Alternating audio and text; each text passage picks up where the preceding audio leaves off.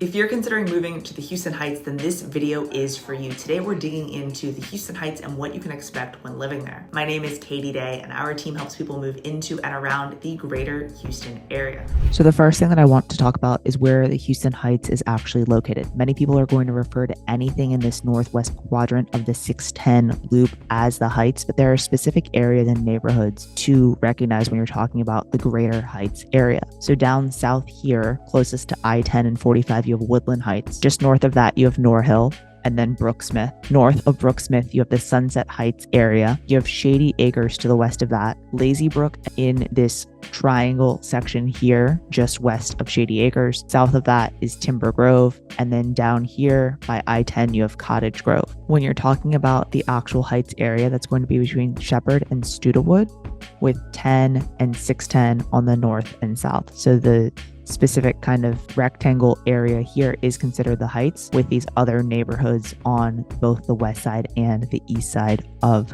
the Heights area. The neighborhood is one of the first planned communities in Texas and one of Houston's first streetcar suburbs. So when you are in the Heights, the east-west streets are numbered, and then the north-south streets are named after historic colleges. Just a little fun fact there. The location's really great because you are close to the highways. You can easily get to 10, 610, 45, and 290. 610 does kind of get backed up with traffic, so keep that in mind. If you're in a hurry, you're probably not going to get anywhere pretty fast hopping on 610. A lot of people that live in the Heights work in the Heights, but they also work downtown, also in the Energy Corridor area, both of which aren't too bad of a commute from the Heights. So the Houston Heights Association, or HHA, is one of the most active communities here in the city, here in Houston. They maintain historic sites, they enforce deed restrictions, they run the constable program, and then they plan fun activities like Lights in the Heights in December. So in addition to Lights in the Heights, the other notable festival in the Heights is White Linen Night, which is in August.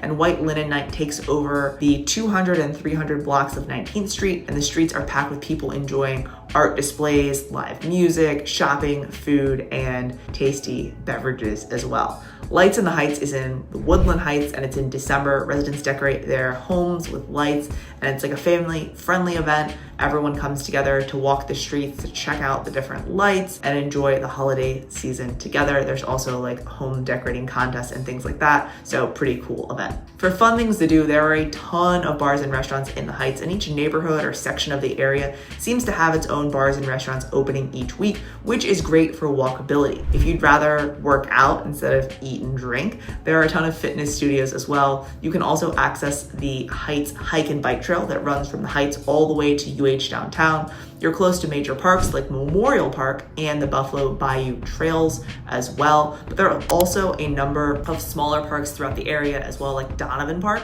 which is popular for families, and it features a spacious railroad themed playground, which is a cool spot. And there's some picnic tables and things like that as well. As far as architecture, the Heights does have a lot of new construction, but historically you're gonna find a lot of Victorian architecture and craftsman and bungalow style homes. There are a lot of historic homes in the area also that have been very well preserved. You're also, gonna have the townhomes, modern condos, and apartments. Right now, the average sales price in Heights proper as of early 2025 is $1.047 million, with the average home being a 3-bedroom house at 2,200 square feet built in 1945. There aren't just $1 million homes there. There are also less expensive homes as well. But if you're considering living there, it's a more established neighborhood as far as the inner loop Houston communities go. So really, you kind of know what you're getting as far as neighborhood and area. Something to be aware of is that there are historic districts. So the area does have 3 City of Houston designated historic districts, and they're named for their location in the Heights. So you've got the West, East, and South. And if you're purchasing in a historic district, there may be specific rules that would apply to your home as far as things that you can do like to the exterior of the property, as well as setbacks and height of the property that are required when you purchase in that area. So just keep that in mind if you are buying a historic home. The Heights has seen a lot of revitalization over the years and is most well known for the shops and restaurants around 19th Street. You can find clothing boutiques, gift shops, antiques, handmade jewelry, vintage clothing, art stores, toy stores, restaurants. This is where White Linen Night takes place in August. It's a great time to hang out. All of the shops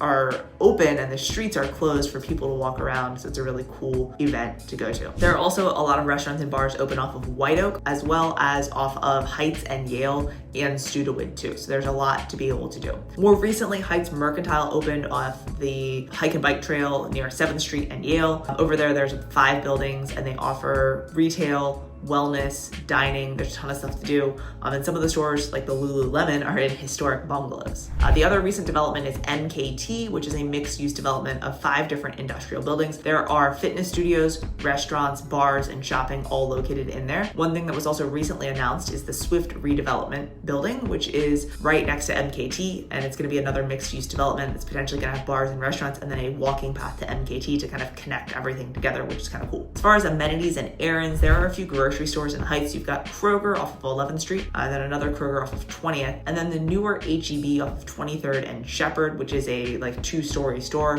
You've also got a Kroger and HEB and Sprouts just south of I-10, and then you have a Whole Foods north of I-10 and Yale. So you've got a ton of different options as far as grocery stores nearby. If you've got questions about living in the Heights, please don't hesitate to reach out. Thanks so much for tuning in, and I'll talk to you soon.